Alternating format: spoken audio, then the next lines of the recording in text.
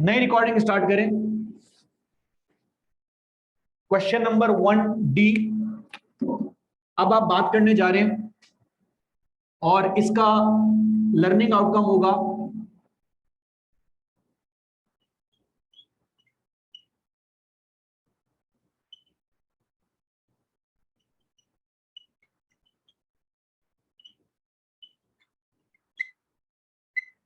Relationship between discount rate and NPV. Discount rate change होने से, जो अभी हम 2 दिन से बात कर रहे हैं, कॉस्ट ऑफ फाइनेंस चेंज होने से आपके एनपीवी के ऊपर, आपकी वेल्थ के ऊपर क्या इंपैक्ट आएगा। अपने पास क्वेश्चन 1D की रिक्वायरमेंट लिखें प्लीज। 1D के टॉप पे एक छोटा सा जुमला नोट कर लें। Ignore the events of question 1C। Ignore the events of question 1C। तो ये जो हम जंप मार रहे हैं 1D में, ये जंप हम 1C से नहीं मार रहे, ये हम 1B से मार रहे हैं। और 1B की इंफॉर्मेशन में क्या लिखा था टैक्स के बारे में? Tax will be paid in the year in which it. तो 1D के अंदर आपने नोट करना है कि इग्नोर क्वेश्चन 1C। अब आप 1B से 1D में जंप मार रहे हैं। क्वेश्चन 1D की इंफॉर्मेशन नोट करें और 3-4 बुलेट पॉइंट्स हैं। ये सारे बुलेट पॉइंट्स आपकी बुक की थ्योरी है, तो बहुत ध्यान करना। 1D में जाके लिखें प्लीज। मिस्टर गौरव, गौरव के नाम से सवाल लिखें। Mister Gaurav, who is the treasurer of the company. Mister Gaurav, who is the treasurer of the company,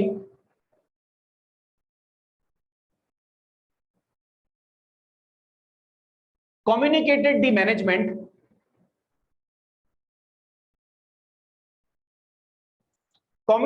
the management Mr. Gaurav communicated the management treasurer of the company है, याद रखिएगा please. Treasurer का क्या काम होता है आपको idea हो जाएगा। communicated the management that due to risk and uncertainty in financial markets,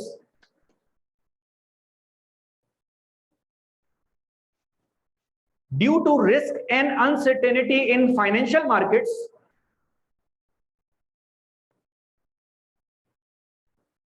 interest rates cannot be predicted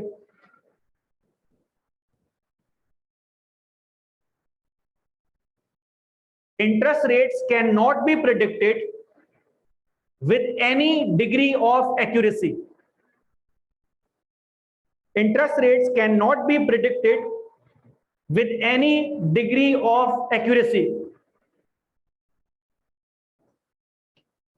अच्छा, क्या मतलब इस बात का? वो क्या बोल रहा है देखिए। आप फाइनेंशियल मैनेजमेंट पढ़ रहे हैं, रियल लाइफ का मसला सुने। मैं बिल्डिंग खड़ी कर रहा हूं सीवीयू के ऊपर, डॉल्मेन mall city.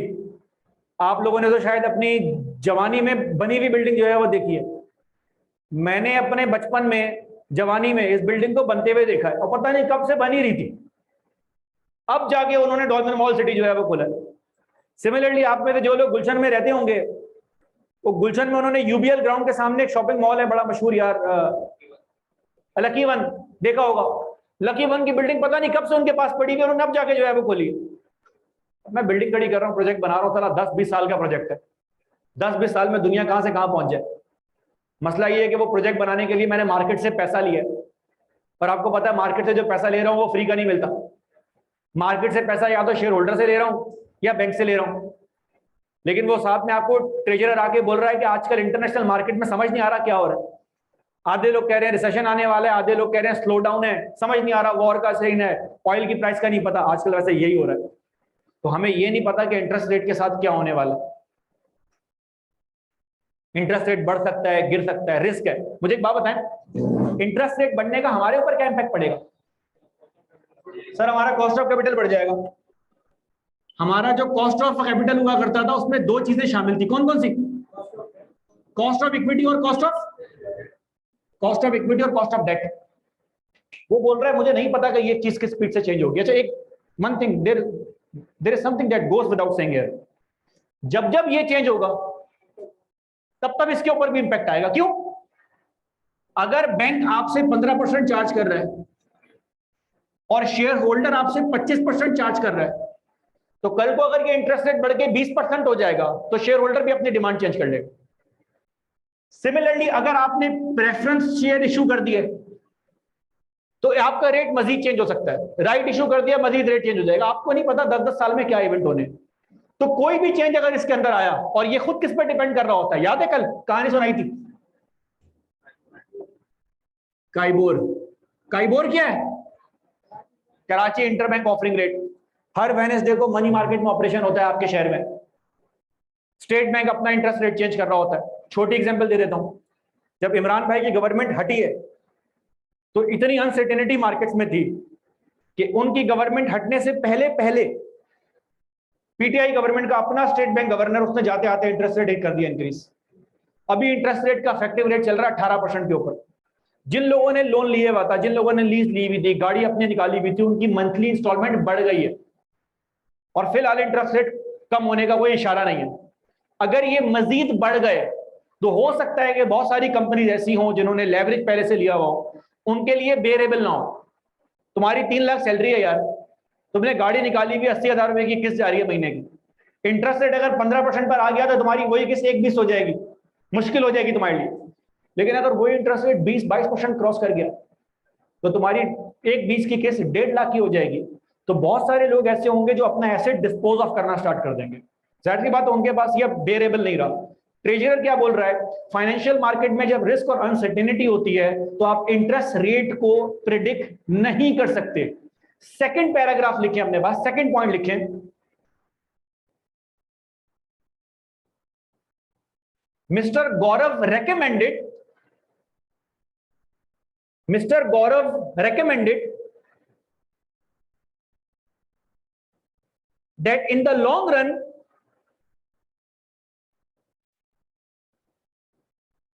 company can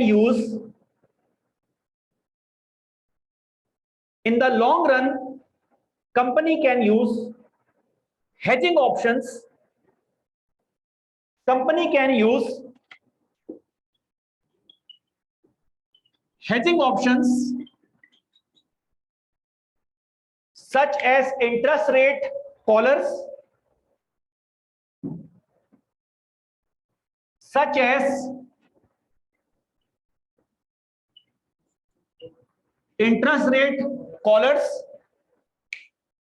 or interest swaps.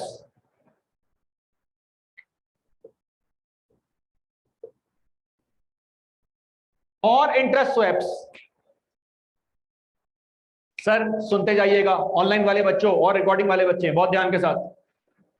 Interest rate collar और इंटरेस्ट रेट स्वैप के ऊपर आपके सिलेबस में ग्रिड बी में 2 चैप्टर है।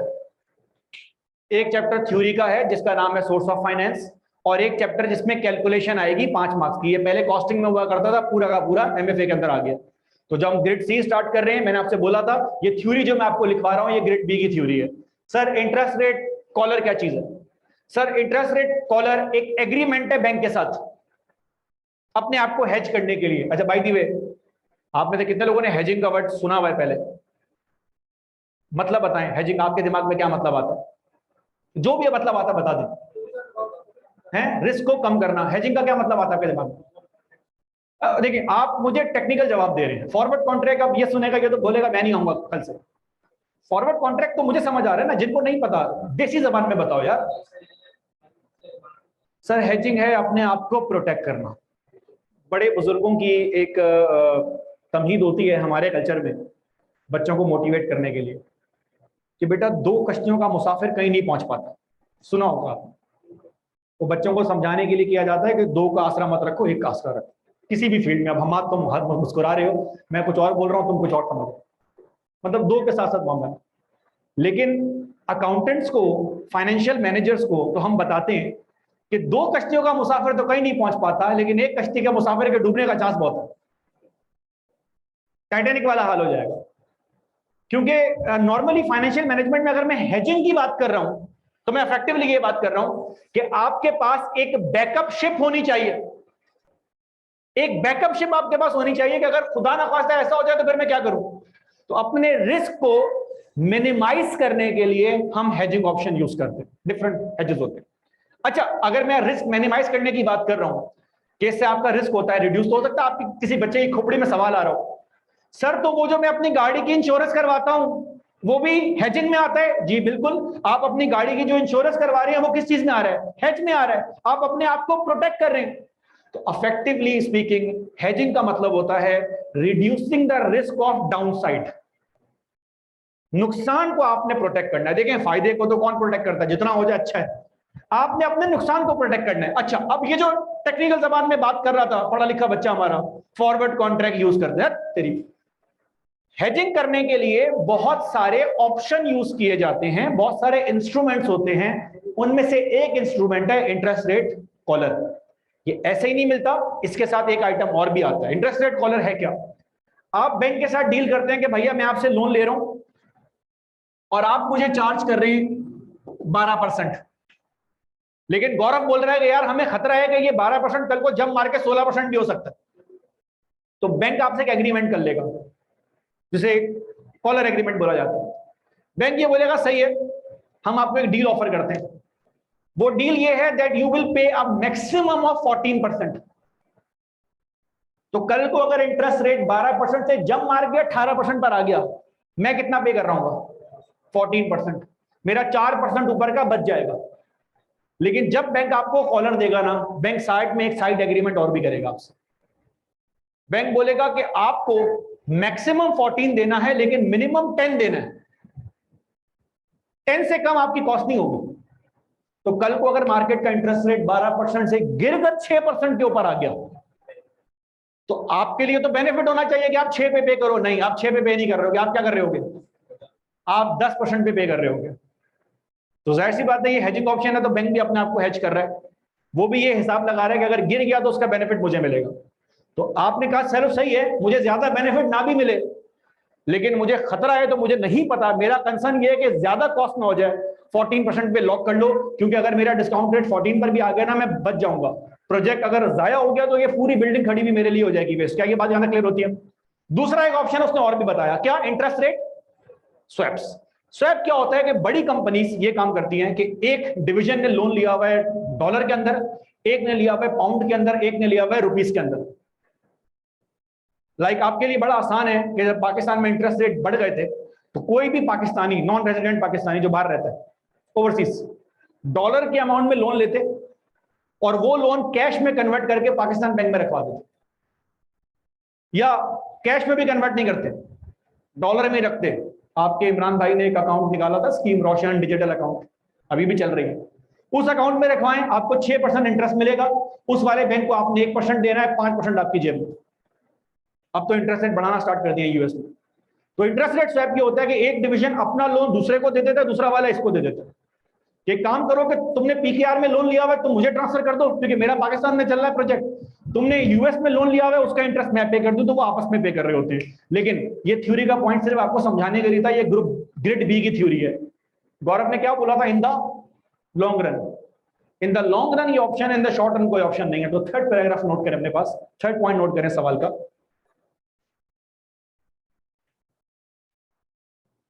Mr. Gaurav has suggested, Mr. Gaurav has suggested that the appraisal report of 1B,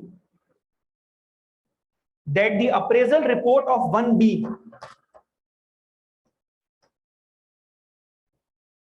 Gaurav future rate agreement एक और कहानी है, वो भी अभी आगे जाकर आएगी।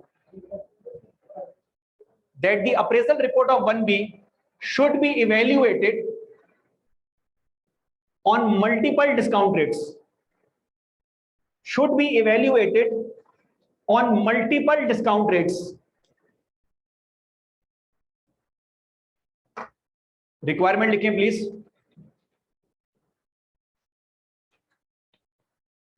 Calculate the NPV of this project. Calculate the NPV of this project on the following discount factors.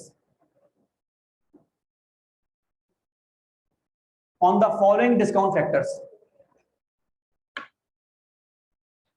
A 5%,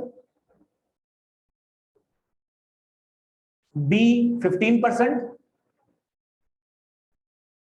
C 20% and D 25%।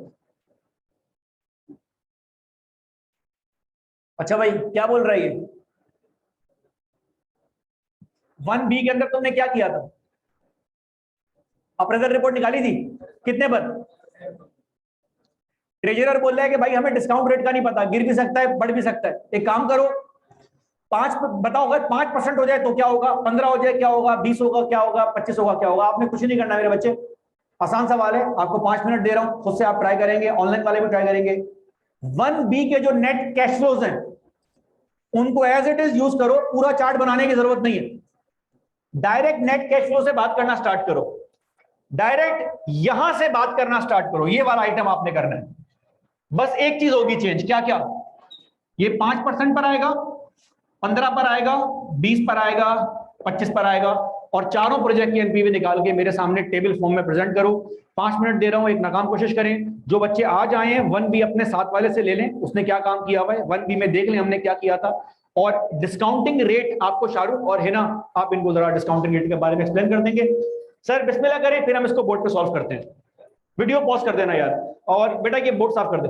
मैं बोर्ड पे सॉल्व कर रहा हूं ताकि आप एक दफा देख लें, लेकिन मुझे बेसिकली वैल्यूज की जरूरत है। सारी गेम जो है वो हमारे पास वैल्यूज की है, इस पर हमने बात करनी है।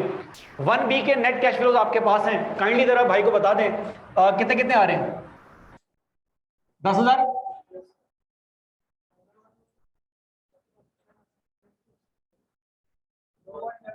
1,700 आ रहे हैं।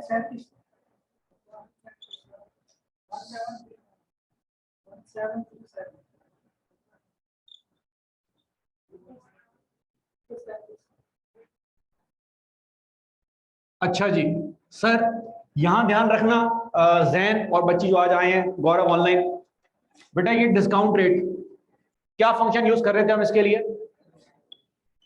ये आपने क्यूटी के अंदर भी यूज किया हुआ होगा। रेट कितना आ रहा है मेरा? 5%। तो अगर 5% आ रहा है 1 डिवाइड बाय 1.05, एक साल बाद 5% के ऊपर 1 रुपए की वर्थ क्या होगी? 0.952। अच्छा, सेकेंड ईयर के लिए रेट तो आपका वही रहेगा, 2 साल की बात है, स्क्वायर कर दीजिए। 1 डिवाइड बाय 1.05 का स्क्वायर 0.907। तीसरे साल बाद इसको क्यूब कर दीजिए, 0.86, और 4 साल बाद 0.823। ऐसा ही है सर। अब अगर आप गौर करें, जो आपने 1B में सॉल्व किया था 10% पे सॉल्व किया था, 1B में एक साल बाद 1 रुपए की वर्थ हो रही थी 0.909, यहां कितनी हो रही है? इसका मतलब अगर 10% इन्फ्लेशन होगा तो 1 रुपए की वर्थ एक साल बाद 90 पैसे, लेकिन अगर 5% होगा तो 1 रुपए की वर्थ एक साल बाद। तो जितनी स्पीड से डिस्काउंट रेट बढ़ेगा मेरे पैसे की वर्थ उसी स्पीड से कम होती रहेगी, और जितना कम डिस्काउंट रेट होगा उतनी मेरी वर्थ अच्छी होगी। सर अगर मैं इसकी एनपीवी निकालने जाऊं 10,000, आप लोग दिल में पढ़ रहे हैं, मैं आपका दिल नहीं पढ़ सकता फिलहाल। हाँ 133, पक्की बात है? 1332, 1575, 1842, 7059। सर जरा सारी वैल्यूज को पंच करके मुझे एनपीवी बताएं कितनी आ रही है? 1836, ऐसा ही है। अच्छा, since this question 1D is a continuation of 1B, तो मुझे बताएं 10% जब मेरा रेट हुआ करता था तो मेरी एनपीवी कितनी आ रही थी? 171,000, और अब कितनी आ रही है? पक्की बात है यही आ रही है या वैल्यू में कुछ ऊंच नीचे? अच्छा सर, इसका मतलब ये हुआ अगर डिस्काउंट रेट में अनसर्टेनिटी है तो uncertainty can move in both directions, बढ़ भी सकता है कम भी हो सकता है। तो अगर मेरा नसीब अच्छा हुआ, ट्रेजरर ने बोला पता नहीं है, कल को इंटरेस्ट रेट 10% से गिर के 5 पर आ गया, तो मुझे बताएं शेयर होल्डर के लिए बेनिफिट हो रहा है कि नुकसान हो रहा है? बेनिफिट हो रहा है। क्यों? पहले वेल्थ मेरी बढ़ रही थी 171 से, अब कितने से बढ़ रही है? तो डिस्काउंट रेट जितना कम होगा एनपीवी उतनी बढ़नी स्टार्ट होगी। एग्री करते हैं? अब जरा इसको देख लें 20% के ऊपर। सर सेम कैश फ्लोज है, तो मैं साथ वाले बोर्ड से छाप के लिख रहा हूं, आपने सिर्फ डिस्काउंट रेट इफेक्टिवली स्पीकिंग जो है वो निकालना है 1737। पहले इस क्लास में आपको डिस्काउंट रेट का होमवर्क दिया था, अगर पूरा किया होता ना तो वही देख देख के छाप रहे होते, लेकिन नहीं, ढीठ हो। डिस्काउंट रेट, हाँ भाई, 1 + 0.2 की पावर n, पहले साल की वैल्यू बताओ। 0.833, 1 रुपए की वर्थ 83 सेंट्स के इक्वल हो जाएगी। 694, ऑलमोस्ट 70 सेंट्स पर आ जाएगी। 578, 482। So as you can see 20% rate के ऊपर 4 साल बाद 1 रुपए की वर्थ आधे के बराबर होगी। सर प्रेजेंट वैल्यूज जरा बता दीजिए प्लीज। -10,000, 1166, thank you, 1205, 1235, 4150। जरा सारी वैल्यूज पंच करके मुझे बताना क्या हो रहा है, पॉजिटिव क्या नेगेटिव? 22, 44, ऐसा ही है। सर मुझे एक बात बताएं, रिस्क और अनसर्टेनिटी है, this question is a continuation of 1B। 1B में 10% के ऊपर मेरी वेल्थ क्या आ रही थी? 171, और यहां कितनी वेल्थ आ रही है? तो अगर इस लर्निंग आउटकम की हेडिंग थी relationship between NPV and IRR, किस तरह का रिलेशनशिप है दोनों के बीच में? इनवर्स है, जैसे जैसे डिस्काउंट रेट बढ़ेगा वैसे वैसे मेरी एनपीवी। आपके पास क्योंकि सारे आंसर्स हैं, तो अगर आप काइंडली मुझे सारे आंसर बता दें और मैं उसको समराइज कर दूं तो थोड़ी सी एक कॉन्वर्सेशन हमारे बीच हो सकती है। सर सारे डिस्काउंट रेट आपके पास हैं जो जो आपने निकाले फ्रॉम 1B एंड 1D। जी जरा बताइएगा मेरे भाई, 5% के ऊपर एनपीवी क्या आ रही थी? 1836 पॉजिटिव। 10% के ऊपर क्या आ रही थी?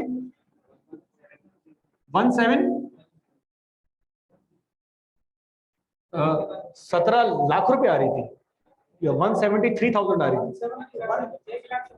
171, ऐसे ना, फर्क है, जरा देखना। 15% पर कितनी आ रही है? 114648 की खैर है। 20 पर क्या हो रहा है? 2244। 25 था 31।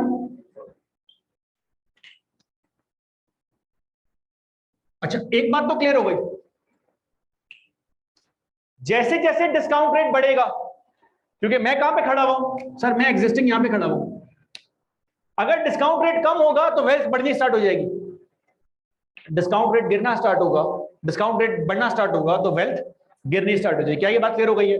सिंपल सी बात है सर, दैट सी बात है, ये कॉस्ट ऑफ कैपिटल है, जितनी कॉस्ट बढ़ेगी उतनी वेल्थ के ऊपर इंपैक्ट आएगा। अब जरा ध्यान से बात सुनना, यकीनन जब ये पॉजिटिव था और रेट बढ़ता जा रहा था और ये नेगेटिव होता जा रहा था, इन दोनों पॉइंट्स के बीच में कोई एक ऐसी जगह होगी जहां पर आपकी वेल्थ ना बढ़ रही है ना, अगर आपके दिमाग पर कैफ 3 के असरात होंगे तो आप में से किसी बच्चे के दिमाग में अंदर से आवाज आ रही होगी, सर वो हमारा ब्रेक इवन हो जाएगा।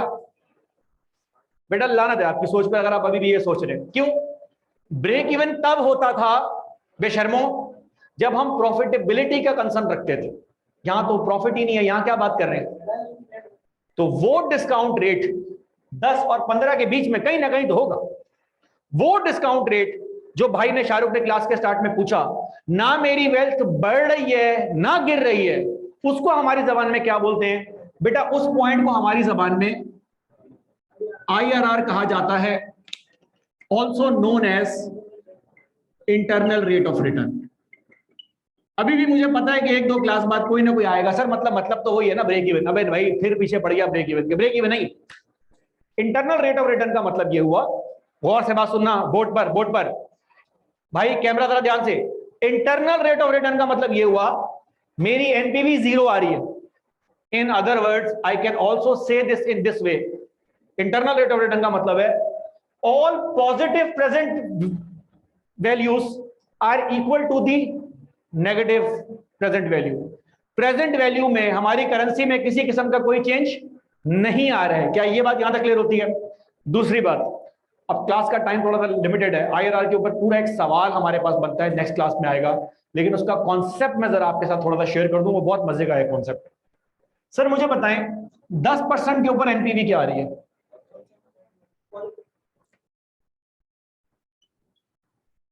10% के ऊपर पॉजिटिव आ रही है 171, एग्रीड? 15% के ऊपर क्या आ रही है? 15% पर आ रही है नेगेटिव 1146।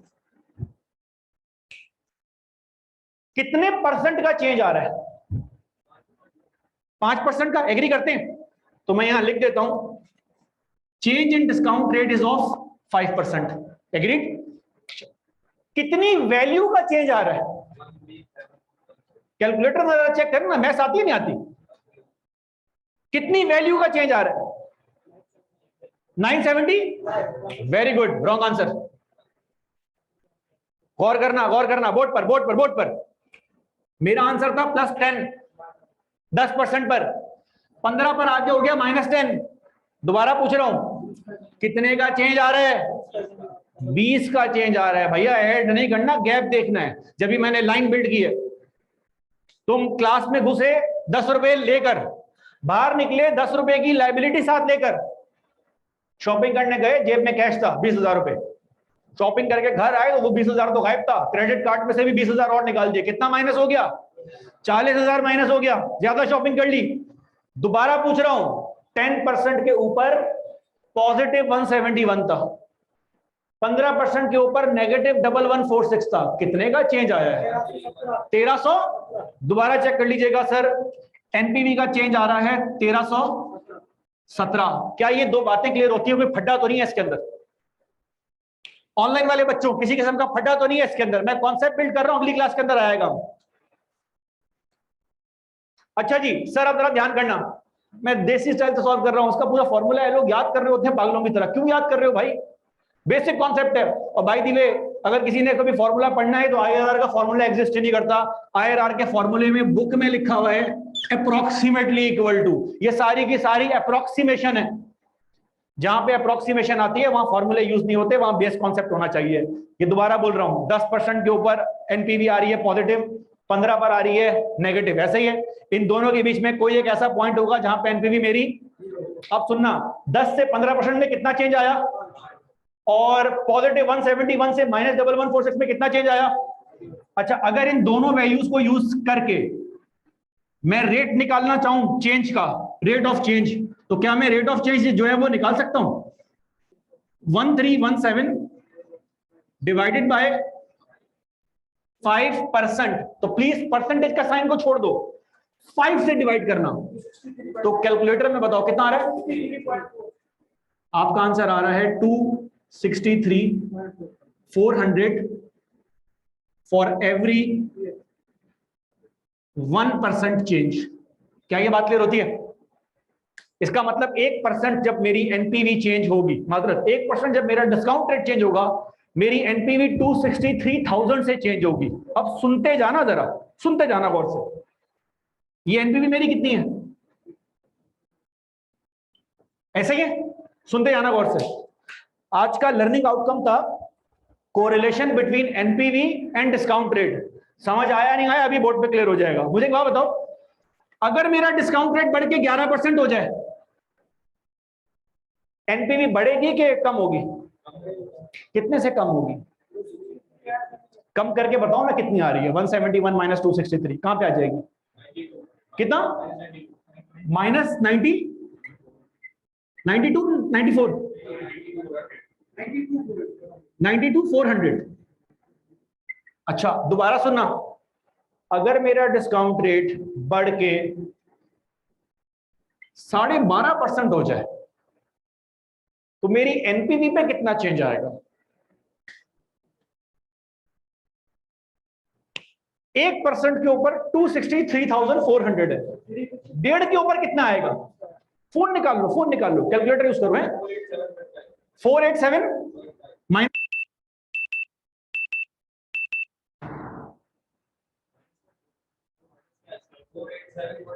देखिए भाई 263,400 1% का है, मैं 11 से जंप कहां मार रहा हूं 12.5 के ऊपर, तो 1.5% बढ़ा है, तो 263,400 मल्टीप्लाई बाय 1.5, जो भी आंसर आ रहा है 263,400 मल्टीप्लाई बाय 1.5 कितना 39,500, उसको मजीद माइनस कर दो इसके अंदर से 487, ऐसा ही है। अब सुनते जाना, असल गेम यहां पर आएगी, कैलकुलेटर यूज करना, मुंह से आंसर नहीं बोलना, जिससे पूछूं वो बोले। मेरा डिस्काउंट रेट कम होकर 8% हो गया है, मुझे बताएं मेरी एनपीवी क्या बन रही है। अभी नहीं, कैलकुलेटर में आंसर रखो, ऑनलाइन वाले चैट बॉक्स में आंसर बता सकते हैं, फिजिकल वालों से जब पूछूं तब। उस्मान मैं तुम्हारे पास आ रहा हूं, डिस्काउंट रेट 10% से कम होके 8% हो गया, एनपीवी के ऊपर क्या इंपैक्ट पड़ेगा सर? एनपीवी के ऊपर तो वही इंपैक्ट पड़ेगा, हर 1% पर कितना इंपैक्ट आएगा 263,400 का। यहां कितने परसेंट का चेंज आया, तो 263,400 मल्टीप्लाई बाय 2 कितना बनता है यार? आप लोग कैलकुलेटर यूज ही नहीं कर रहे हैं। 263,400 मल्टीप्लाई बाय 2 कितना बनता है? 5 लाख। अच्छा 5,36,000 प्लस होगा माइनस होगा? प्लस होगा। क्यों सर? ये ध्यान करना, यहां बच्चे बंड मार देते हैं भाई, कोरिलेशन इनवर्स है, यहां पर जैसे बढ़ता जाएगा ये माइनस होता जाएगा, यहां प्लस होगा, तो 263,400 मल्टीप्लाई बाय 2 प्लस 1,71,000 कितना बन रहा है? 697,800। क्या ये बात यहां तक क्लियर होती है? अच्छा सुनना, हमने ओरिजिनल कहानी कहां से कहां तक स्टार्ट की थी? 10 से 15% के बीच, एग्रीड? सर हमें एहसास हो गया ये पहली वर्किंग करते करते कि 10% पर प्लस में आ रही है, 11% पर माइनस में आ रही है, तो मैं क्या सेम सवाल आपसे पूछ सकता हूं? सेम सवाल, कितने परसेंट का चेंज आया? 1% का। अब जाहिर सी बात है किसी वैल्यू को 1 से डिवाइड करूंगा, आंसर वहीं खड़ा हो जाएगा। तो अगर मैं आपसे पूछूं कितने बेसिस पॉइंट का चेंज आया, तो बेस पॉइंट सुन लें क्या होता है। This number is called a base point, 0.01। तो एक के अंदर कितने बेसिस पॉइंट होते हैं? 100 बेसिस पॉइंट होते हैं। जाहिर सी बात है हर एक नंबर के अंदर 0.01 मल्टीप्लाई बाय 100 आपके पास एक बन जाएगा, ऐसा ही है। तो मैं दोबारा पूछता हूं, इंटरेस्ट रेट की फॉर्म में, बैंकिंग की फॉर्म में कितने बेसिस पॉइंट का चेंज आया? 100 बेसिस पॉइंट का चेंज आया। और कितनी वैल्यू का चेंज आया? पॉजिटिव 171 से माइनस 292,400 पर गया है, कितने का चेंज आया? 263,400 का चेंज आया। नेगेटिव पॉजिटिव नहीं होता इसके अंदर। और कितने बेसिस पॉइंट का चेंज है? तो मुझे बताएं एक बेसिस पॉइंट के ऊपर क्या इंपैक्ट आ रहा है? 26 फॉर ईच बेस पॉइंट। इसका मतलब क्या हुआ सर? इसका सिंपल मतलब ये है, अगर ये रेट 10% से बढ़ के 10.01 हो जाएगा तो एनपीवी माइनस हो जाएगी 2634 से। अब आप अपने कैलकुलेटर में जाएं और 2634 को माइनस करते रहें बार बार, तो एक टाइम ऐसा आएगा जहां पर आपके पास वैल्यू हो जाएगी 0। कैलकुलेटर दें, क्योंकि आप लोगों को तो यूज करना नहीं आता। मैं आपको डायरेक्ट बता दूं, वैसे हमने ऐसे सॉल्व नहीं करना ऑब्वियसली सर, तकरीबन ये 64-65 बेसिस पॉइंट बन रहे हैं। इसका मतलब ये हुआ कि इसके बीच में एक रेट है 10.65%, जहां पर जाके आपकी एनपीवी 0 हो जाएगी। ये देसी तरीका है निकालने का। किसी को कैलकुलेटर यूज करना आता है ना, तो ये जो इतना लंबा काम बताया ना कि 2 मिनट के अंदर हो जाएगा। सर आप इतना लंबा हल क्यों बता रहे हैं? डायरेक्ट फॉर्मूला बता दें। फॉर्मूले का मसला है, फॉर्मूले का मसला ये मेरे भाई, गौर से बात सुनना। उस्मान बोर्ड पर एनपीवी और आईआरआर का रिलेशनशिप इनवर्स है। जैसे जैसे डिस्काउंट रेट बढ़ता जाएगा वैसे वैसे मेरी एनपीवी कम होती जाएगी, जैसे जैसे डिस्काउंट रेट कम होता जाएगा मेरी एनपीवी बढ़ती जाएगी। लेकिन मसला यह है कि इन दोनों के बीच का relationship, rate is discount rate black is NPV. मसला ये है कि इन दोनों का जो रिलेशनशिप इनवर्स है that is non linear in nature. ये स्ट्रेट लाइन नहीं है। इक्वेशन स्ट्रेट लाइन के लिए होती है, कर्व के लिए आप लाइन नहीं बना सकते, इक्वेशन नहीं बना सकते। तो ये एक अप्रोक्सीमेशन है। अब मुझे नहीं पता आप लोगों की मैथ्स कितनी अच्छी है, सिर्फ बता रहा हूं, सुन के भूल जाए। अगर आपने इंटर प्री इंजीनियरिंग पढ़ी है या ओ लेवल्स मैथ्स पढ़ी है तो आपने एक टॉपिक पढ़ा होगा जिससे आपको मौत पड़ती थी। वो टॉपिक स्टार्ट होता था, आपका इंतकाल हो जाया करता था, जिसको आप कैलकुलस बोलते हैं, डिफरेंशिएशन बोलते हैं। Differentiation is effectively approximation. होता यह है कि किसी दो पॉइंट का डिफरेंस निकालने के लिए आप एक अंदाजा यूज करते हैं, लेकिन leave it for science guys, क्योंकि वही अब पूरी दुनिया जो है वो ऑपरेट कर रहे हैं। सर मसला ये है कि इसकी इक्वेशन एग्जिस्ट नहीं करती, ये अप्रोक्सीमेशन है। तो क्योंकि ये अप्रोक्सीमेशन है, मेरे पास कोई दो रेट होने चाहिए, एक पॉजिटिव का और एक नेगेटिव का। लेकिन अगर मैं ये अप्रोक्सीमेशन यूज कर रहा हूं तो इसका आंसर कम रिलायबल होगा as compared with this approximation. Reason, non linear के अंदर जितना कम गैप होगा ना उतनी आपकी अप्रोक्सीमेशन अच्छी होगी। तो मुझे आईआरआर निकालने के लिए दो एनपीवी की जरूरत है, एक पॉजिटिव और एक गलत आंसर है। आईआरआर निकालने के लिए मैं कोई भी एनपीवी यूज कर सकता हूं। यहां मेरे पास 5 एनपीवीज है और 5 रेट है, मैं कोई भी दो यूज कर सकता हूं। फॉर इंस्टेंस मैं ये दो भी यूज कर सकता हूं। अगर ये दो यूज करूंगा ना 5 और 10%, तो मैं आगे इसको कोरिलेट करने के बाद 10.65 के ऊपर पहुंच जाऊंगा। मैं ये दो भी यूज कर सकता हूं, 5 और 25, इसके बीच में 10.65 है।